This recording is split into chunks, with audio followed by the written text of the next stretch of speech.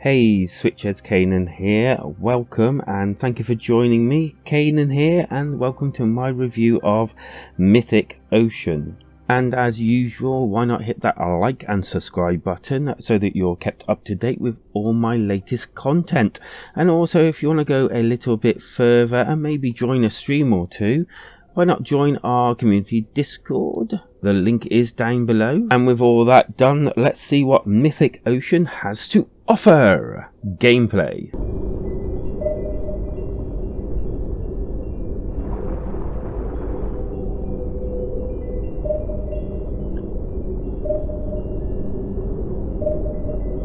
And so let's start with the story, and I'm going to try and keep it as spoilery free as I can and definitely not spoil any of those endings.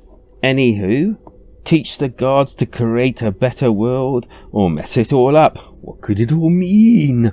You're kind of like not controlling the gods or anything like that. You're more an advisor, kind of nudging them in the right direction of kind of where you want them to go in, whether that be on the good side or the bad side. You get to move around the world in kind of like the same way as most like first person games. You can move left, right, but in this world you could also go up and down. There's free movement because you're underwater. There's also a speed up button, which is quite useful, trust me. And all these controls kind of like feel a bit floaty. See what I did there? Water floaty. You're welcome. The game split up into kind of areas, each with creatures to talk to and interact with, and also these pages from a sort of journal, shall we say, to collect from a library-like room, and these have like a big impact in the game later on. Each of the areas are kind of like an okay size, but each have a different being to explore and advise, kind of like a different god if you like.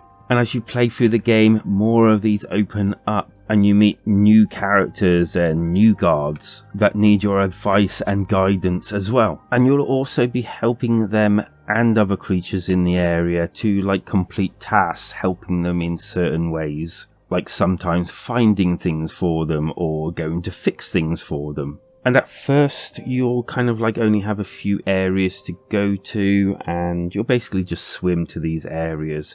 But after a bit of time, when you've opened up more, you have this like teleporter.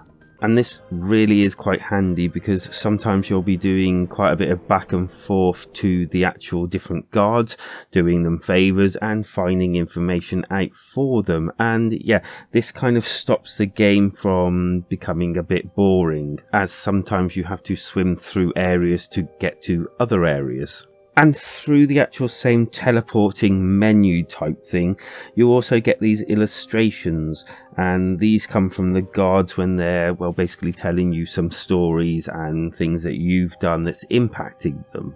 And as well as that, you'll also get to see these pages I mentioned before, and yeah, you can read them at your will or you can read them when you get them, but trust me, you really need to collect these because they really do come in handy later on. And as I said before, more are added during the actual gameplay, which is pretty cool because with the creatures as well, you kind of like get to go back to the same areas and have different experiences as the game actually plays on. And these creatures can also be found using like a sonar ability that you have, and anything you've not spoken to basically shimmers and then in like a ball type effect, and then once you've spoken to them they kind of like just shimmer in almost like an outline of themselves.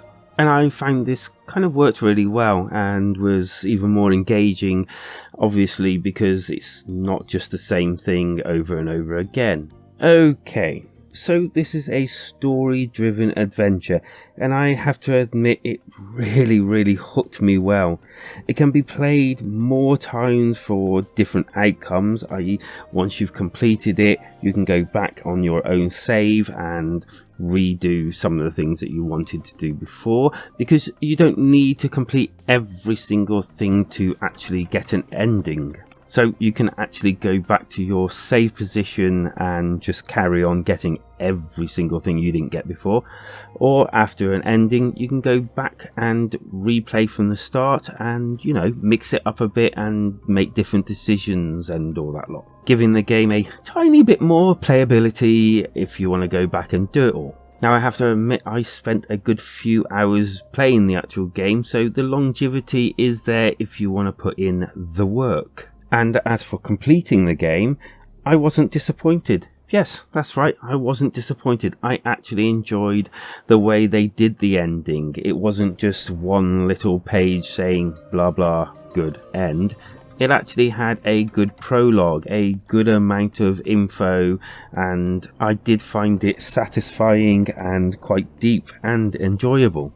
The characters as a whole were funny at times and also serious at other times, and quite interesting to actually speak to during the gameplay.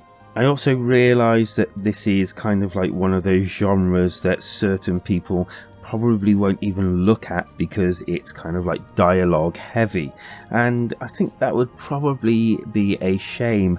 I know there's no guns and firing and fighting and the like in here, there's no real puzzles to actually solve, but it does tell a good yarn and it really is quite enjoyable, or at least for myself it was. And I think people that really enjoy this genre will really enjoy this game.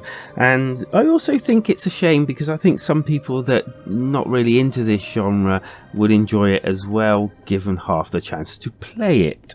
Graphics. I do like the style here, very sort of like hand-drawn-ish, and yeah, the whole atmosphere is there. Sometimes it's kind of like can look barren, but you know, most of the time they've done an excellent job of like making everything look alive, and you know, the whole reefs and all that lot and the tunnels all kind of adding to that atmosphere of the whole game. The only real shame that I saw of this was maybe the actual creatures could have moved around a bit more, you know, giving the whole thing a bit more life to it. But I think what they've done here is actually quite good for the actual game style. And I think the addition to extra creatures as the actual game progresses kind of, yeah, I think it adds life to it anyway.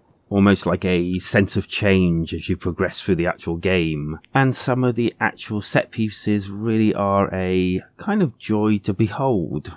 Audio wise, well, the music is calm and sort of like settling. It's kind of like one of those ones that you just go with, and it really matches the slower pace of the game. All the other sounds are kind of like those beep beep beep beep beep beep sounds when you actually speak to people. You can hear kind of like when you rush through the water, and yeah, there's other basic sounds, but that's about it here. But saying that, I don't think it really hurts the actual game in the slightest. The good. Great story, engaging characters, really nice to actually play. So far, great endings, and really nice character, like personalities if you like. The bad. I think this game will kind of only appeal to a certain amount of people, which is a shame. And also sometimes whilst playing the game with the teleporter going back and forth between actual characters, it can feel a bit ping-pong-ish. The score. Okay, so I rate games out of 5. My own personal views, my own personal thoughts about value and the whole lot. And lo, let us see whether Mythic Ocean does it like a god and ends up on the Wall of Fame, or sinks to the bottom of the ocean in the Wall of Shame, or maybe somewhere in the middle.